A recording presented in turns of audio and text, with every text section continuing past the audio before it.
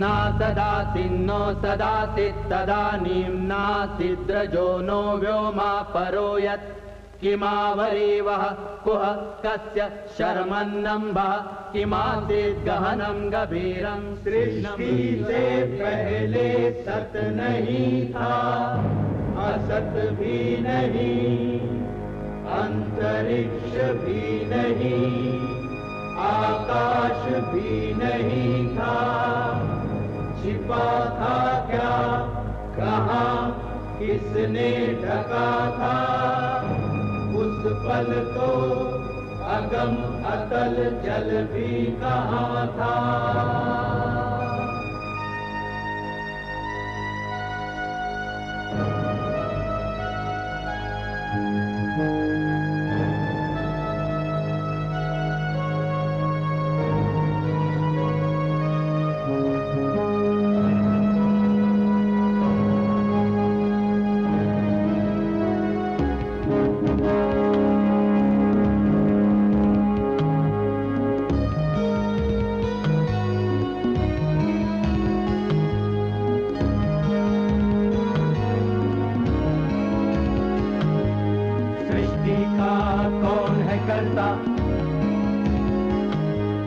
करता है वाह करता, ऊंचे आकाश में रहता, सदा अध्यक्ष बना रहता। वही सचमुच में जानता या नहीं भी जानता है, किसी को नहीं पता, नहीं पता, नहीं है पता, नहीं है पता।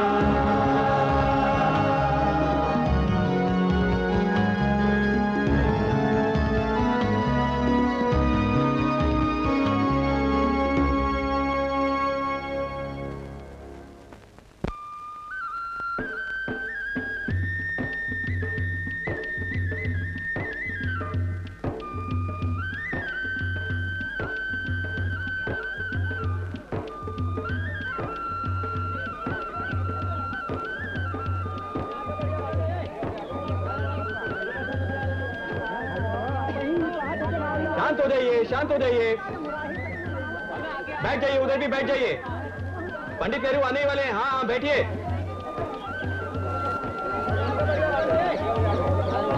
पंडित नेहरू आ गए, पंडित नेहरू आ गए, बोले पंडित नेहरू। चलो चलो।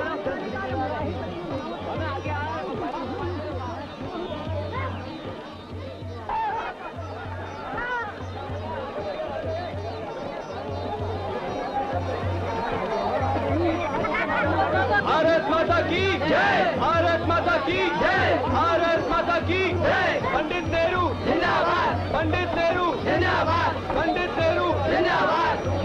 भारत माता की जय, भारत माता की जय, भारत माता की जय, भारत माता की जय, भारत माता की जय, भारत माता की जय, भारत माता की जय,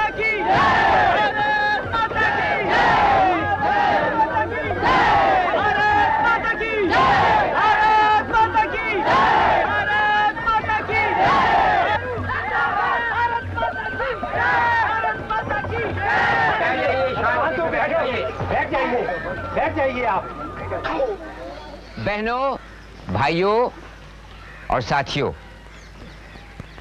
आप लोग जो ये भारत माता की जय के नारे लगा रहे हैं, ये अच्छी बात है, पर आप ये भी जानते हैं कि इन नारों का मतलब क्या है? कौन है भारत माता?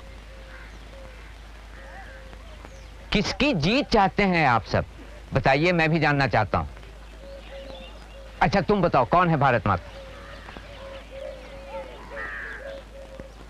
बोलो बोलो। अच्छा तुम बताओ, कौन है भारत माता? आप लोगों को कम से कम इतना तो जानना ही चाहिए, किसकी जय? क्या है भारत माता? कभी देखा है आपने? पंडित जी, भारत माता मतलब ये धरती हमारी माता है। सिर्फ ये धरती या इस गांव की धरती या इस सूबे, इस इलाके की धरती? या सारा हिंदुस्तान? सारे हिंदुस्तान की धरती। सिर्फ धरती और कुछ नहीं? हिंदुस्तान की ये इतनी नदियां, पहाड़, ये सब नहीं? सभी हैं पंडित जी। ये नदियां, ये पहाड़, जंगल और हमारे ये खेत जो हमें अनाज देते हैं। इसके अलावा? इसके अलावा क्या? इसके अलावा भी कुछ ऐसा है जो इन सबसे अहम है।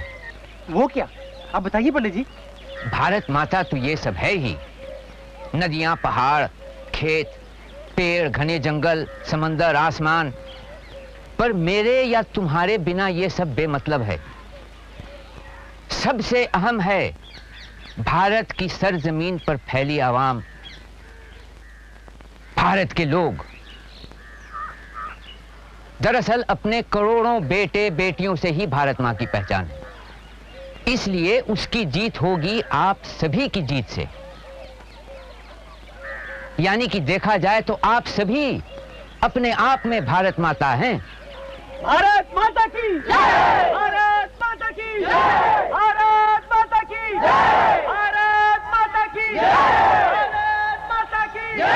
भारत माता की जय!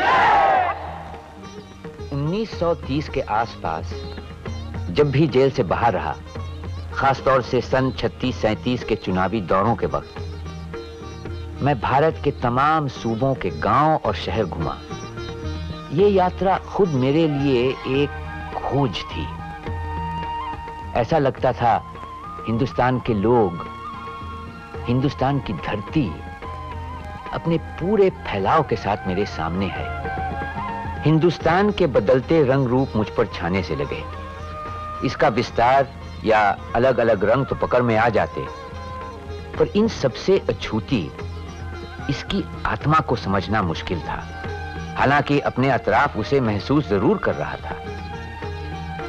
जितना ही भारत को देखा, उतना ही ये एहसास बढ़ा कि मेरे या किसी के लिए भी उस कल्पना को बूझना जो ये भूमि अपने में छिपाए है, बहुत कठिन है।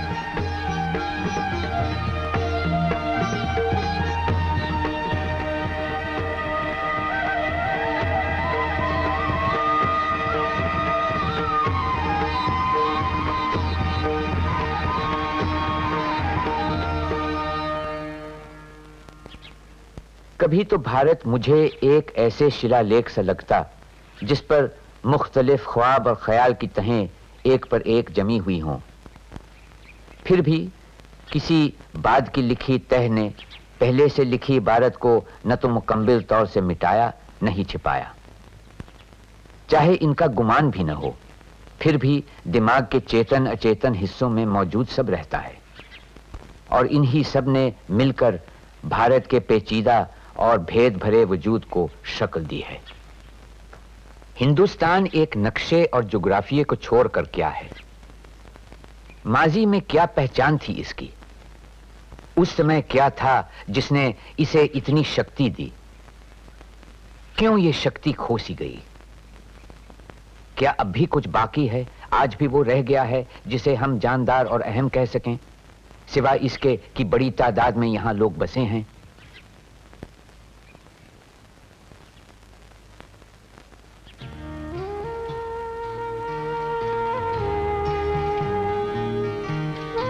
तारीख में उन पुरानी और स्थिर तहजीबों के जवाल या अचानक खात्मे की कई मिसालें हैं, जिनकी जगह फिर नई और जानदार तहजीबों ने ली। क्या वो एक मार्मिक शक्ति है, एक अंदरूनी कुव्वत जो किसी तहजीब या कौम को जिंदा रखती है, जिसके बिना हर कोशिश बेकार सी लगती है, जैसे एक बूढ़ा जवान होने का स्वांग भर रहा हो? सिंधु घाटी सभ्यता भी अपने आप में एक भारतीय सभ्यता थी जो मौजूदा हिंदुस्तानी तहजीब का आधार बनी। कितनी हैरत की बात है कि कोई भी तहजीब इस तरह 5-6 हजार साल तक कायम रहे, वो भी किसी गतिहीन अर्थ में नहीं, क्योंकि भारत में विकास और बदलाव शुरू से आते रहे। ईरान, मिस्र, यूनान, चीन, अरब, मध्य एशिया और भूमध्य सागर के लोगों से भारत का संपर्क रहा। भारत की सभ्यता का बहाव इनसे प्रभावित हुआ, उसने इन्हें प्रभावित भी किया। मगर उसकी अपनी तहजीब की अलग ही पहचान रही। क्या है इस पहचान का राज? कहां से आई हम में इतनी सकत?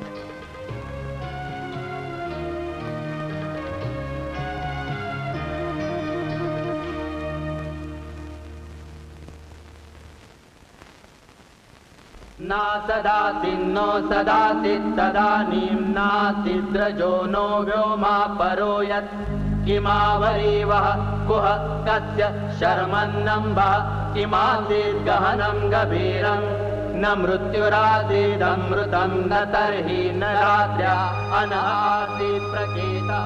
सृष्टि से पहले सत नहीं था, असत भी नहीं, अंतरिक्ष भी नहीं, आकाश भी नहीं था। छिपा था क्या, कहाँ, किसने ढका था? उस पल तो अगम अतल जल भी कहाँ था।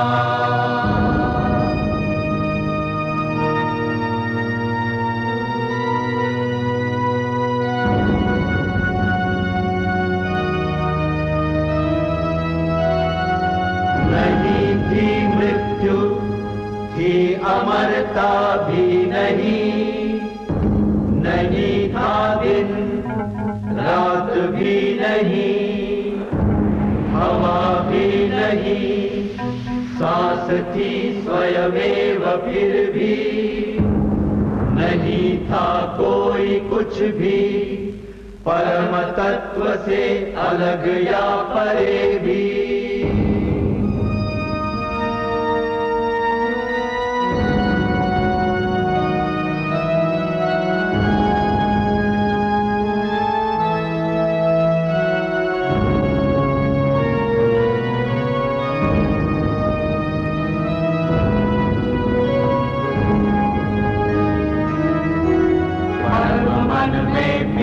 पहला जो उगा काम बनकर वह जगा, कवियों ज्ञानियों ने जाना, असत और सत का निकट संबंध पहचाना।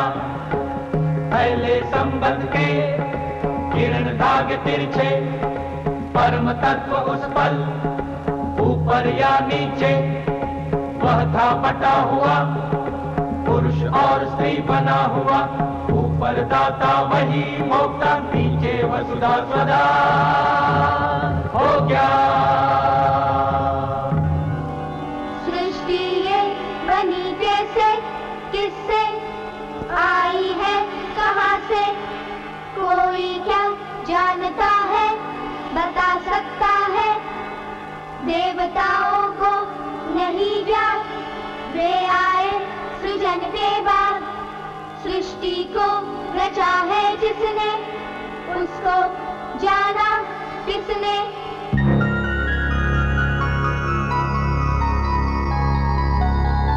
सृष्टि का काम है करता, करता है वह अकर्ता, ऊंचे आकाश में रहता, सदा अध्यक्ष बना रहता, वही सचमुच में जानता या नहीं भी जानता है, किसी को नहीं पता, नहीं पता, नहीं है पता।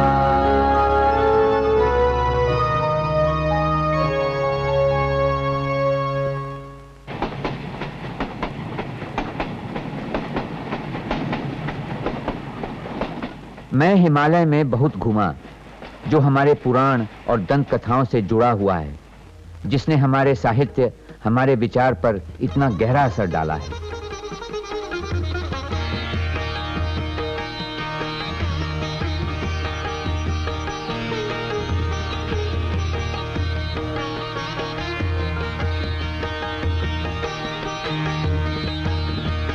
विशाल पर्वतों से मैदानों में बहने वाली नदियों ने भी मुझे लुभाया और हमारी तारीख के अनगिनत युगों की याद ताजा कराई। सिंधु, जिससे हमारे देश का नाम हिंदुस्तान पड़ा और जिसे पार कर हजारों बरसों से जातियां, फिरके, काफिले और फौजें यहां आती रहीं। ब्रह्मपुत्र जो तारीख की मूल धारा से कटा हुआ रहकर भी किस्से कहानियों में हमेशा जिंदा रहा है। ये उत्तर पूरब के पहाड़ों में गहरी दरारें बनाता हुआ, दंदनाता हुआ भारत में दाखिल होता है और फिर शांति से पहाड़ियों, जंगल भरे मैदानों में बहता है।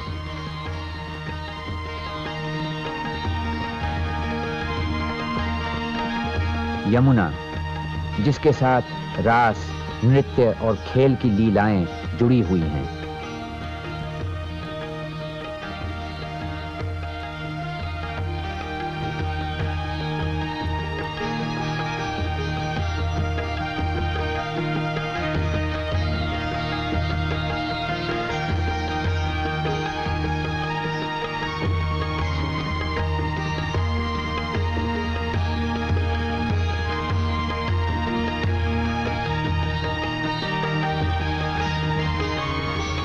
और गंगा, भारत की अपनी नदी, जिसने अपनी खूबसूरत धारा में हिंदुस्तान का दिल मोह लिया है, जो आदिकाल से न जाने कितने करोड़ों लोगों को अपने तट की ओर खींचती रही है।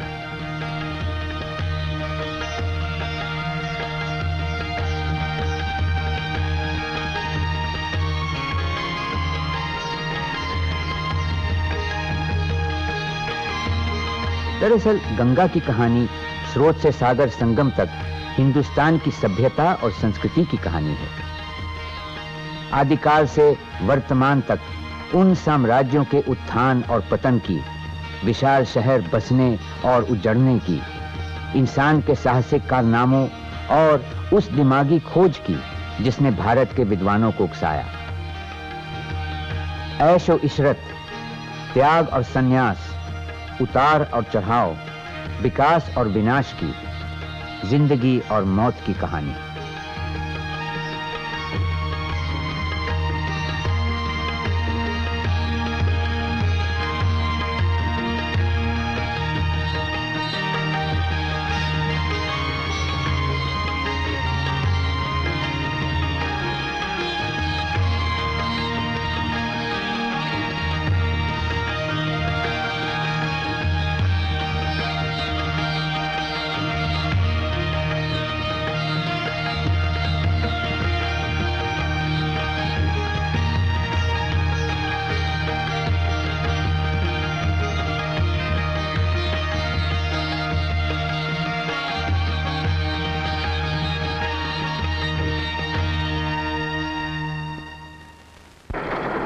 इन तमाम यात्राओं ने पढ़ी हुई तारीख को उजागर करके बीते हुए कल को समझने में मेरी मदद की। अब तक जो महज दिमागी जानकारी थी, उसमें एहसास का पहलू पनपा और जहन में बन रही हिंदुस्तान की तस्वीर में असलियत के रंग घुलने लगे। Yeah. रे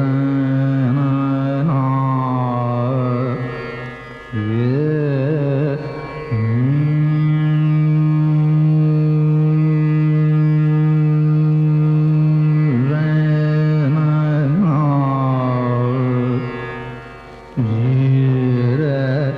ना रे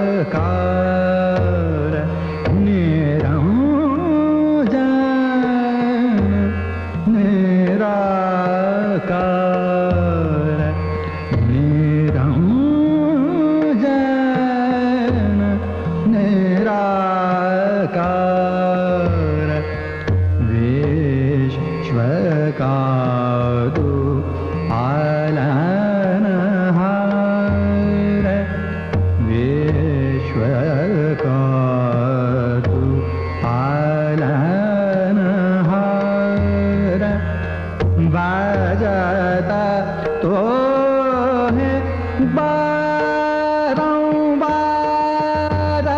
बजता तो है बारंबार शरण शरण करत हूँ नमो नित सकल संसार शरण शरण करत हूँ नमो नित सकल संसार निरंजन निराकार निरंजन निराकार निराकार निरंजन निराकार तुम ही नाद दया धाम तुम ही नाद दया धाम दया धाम दया धाम तुम ही नाद दया धाम जनकी से बुरा न काम औंदा काला आवादा काम औंदा काला आवादा काम काडो बंधन दुख बंधन मनोरंजन जग आधार काडो बंधन दुख बंधन मनोरंजन जग आधार निरंजन निराकार निरंजन निराकार निराकार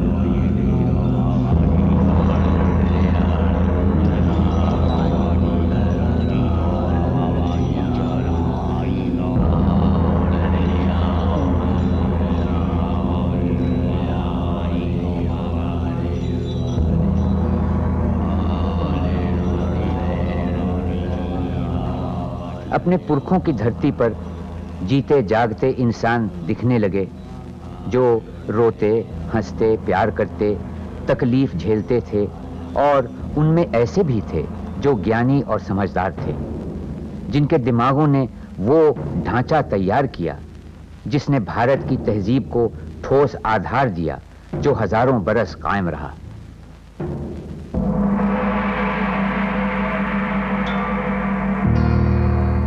बनारस के नजदीक सारनाथ में गौतम बुद्ध को अपना पहला उपदेश देते हुए मानो अपने सामने देख रहा हूं, और उनके शब्द जैसे 2500 साल की दूरी से गूंजकर मुझ तक पहुंच रहे हैं।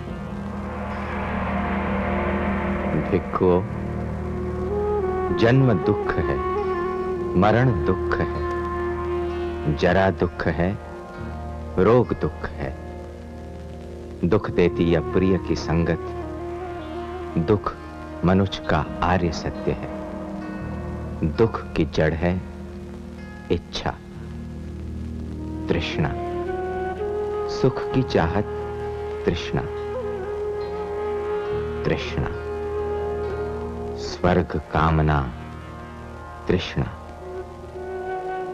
तृष्णा, मरकर भी बाकी है, तृष्णा। तृष्णा ही पापों की माता।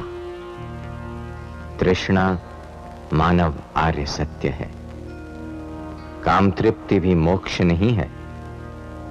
देह सुखाना मोक्ष नहीं है।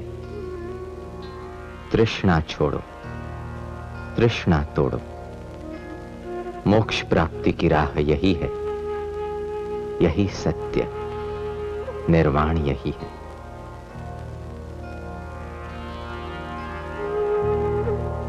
अशोक स्तंभ पर खुदे शिलालेख जो अपनी शानदार जबान में मुझे एक ऐसे इंसान का हाल बताते हैं जो सम्राट होते हुए भी किसी भी दूसरे शासक या राजा से महान था। ये आदेश हमेशा तिष्या नक्षत्र में पढ़ना और सुनना चाहिए। साल में 3 बार, कोई चाहे तो दूसरे मौकों पर भी इसे सुन सकता है। ये आदेश है देवन प्रिय राजा प्रियदर्शी का। नगरवासी कई अवसरों पर जैसे हारी बीमारी, बच्चों का जन्म या विवाह यात्रा आदि आरंभ पर कई शुभ समारोहों का आयोजन करते हैं। ऐसे अवसरों पर महिलाएं खास तौर से आयोजन करती हैं जो सारे निरर्थक और तुच्छ हैं। दूसरी ओर धम्मा से जुड़े सभी अनुष्ठान अच्छा परिणाम देते हैं। उसके अंतर्गत आते हैं नौकर या दास के प्रति शिष्ट व्यवहार, बड़ों के प्रति श्रद्धा, दूसरे जीवों से व्यवहार करते समय स्वयं पर नियंत्रण, श्रमणों और ब्राह्मणों के प्रति उदारता। ये और इसी प्रकार के दूसरे गुण ही धम्मा के अनुष्ठान हैं। धम्मा के बारे में राज आज्ञा देवन प्रिय राजा प्रियदर्शी के कहने पर खुदवाई गई है। राजा प्रियदर्शी का आदेश है हर अवसर पर नगरवासी को, व्यक्ति को दूसरे संप्रदायों का आदर करना चाहिए। ऐसा करके वो अपने संप्रदाय का प्रभाव बढ़ाएगा। यदि कोई व्यक्ति इसके विपरीत करेगा तो वो दूसरे संप्रदायों को नुकसान पहुंचाएगा और अपने संप्रदाय का असर भी कम करेगा।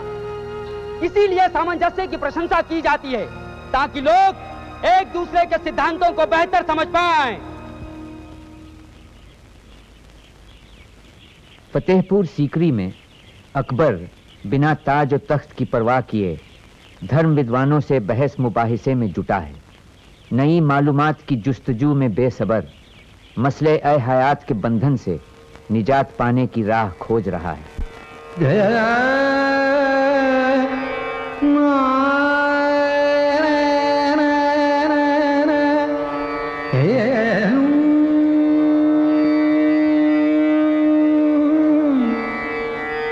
घाटा है जो कारिताओं में। हमें एहसास है कि मुख्तलिफ मजहबों के रूहानी रास्ते जुदा हैं। रस्म रिवाज अलग हैं।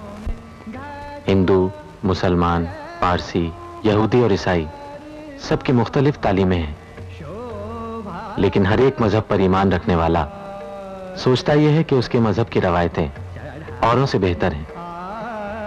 इस ख्याल से वो दूसरों को भी अपने अकीदे पर लाना चाहता है। अगर कोई इनकार कर दे तो उसे हिकारत से देखा जाता है और वो दुश्मन करार दिया जाता है। इन्हीं सब वजहों से हमारे दिल में तरह तरह के शक व शुबा उभरने लगे हैं। इसलिए हम चाहते हैं कि मुकर्रर दिनों पर तमाम फिरकों और मजहबों की दीनी किताबें यहां लाई जाएं और अलग अलग मजाहिब के आलिमों में बहस मुबाहिसे हों ताकि हम उन्हें सुन सकें।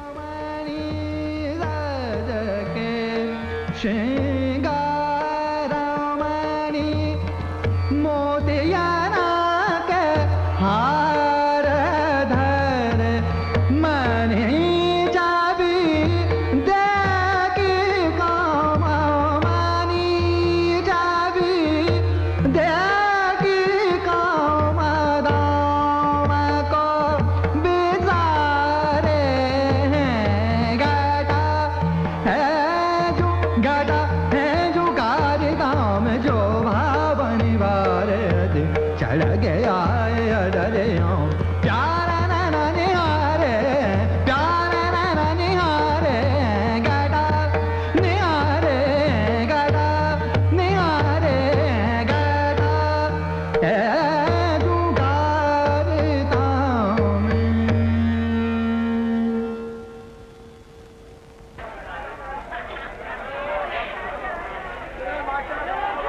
हिंदुस्तान एक बहुरंगी देश है, ये तो सब जानते हैं।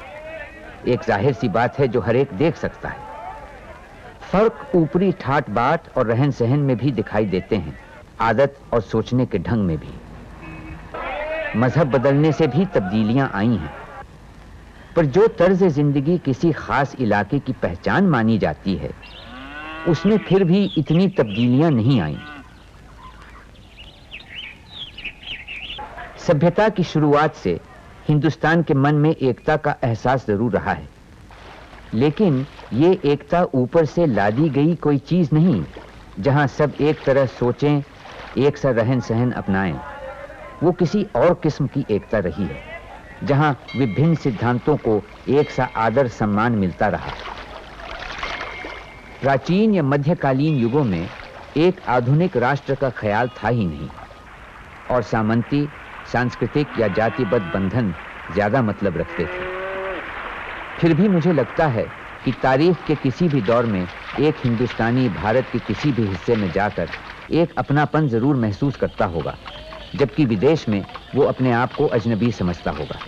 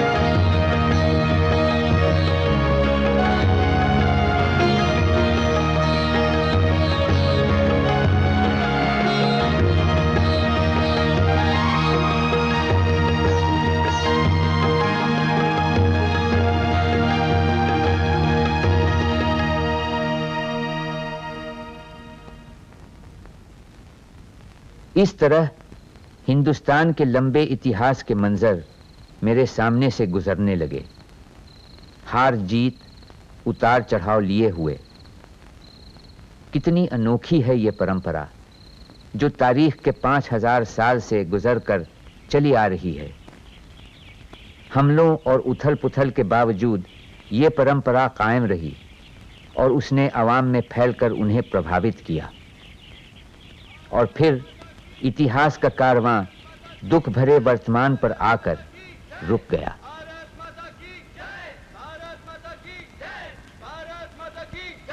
कहीं दूर से नारों का शोर एक गरज की तरह मुझ तक पहुंचा।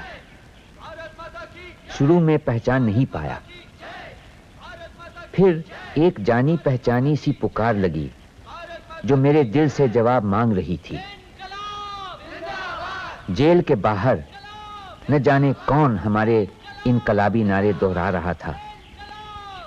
शहर के मर्द औरतें या गांव से आए किसान, जो भी थे, उन्हें सुनकर हम सब खुश हो गए और उनकी उस सलामी का दिल ही दिल जवाब भी दिया। हिरण्यगर्भात् समवर्तताग्रे भूतस्य जातः पतिरेक आसीत् सदाधार पृथिवीं जामुते मां कस्मै देवाय हविषा विधेम। वह था हिरण्यगर्भ सृष्टि से पहले विद्यमान, वही तो सारे भूत जात का स्वामी महान, जो है अस्तित्वमान धरती आसमान धारण कर। ऐसे किस देवता की उपासना करें हम हवि देकर। जिसके बल पर तेजोमय है अंबर, पृथ्वी हरी भरी स्थापित सिर, स्वर्ग और सूरज भी स्थिर। ऐसे किस देवता की उपासना करें हम हवि देकर,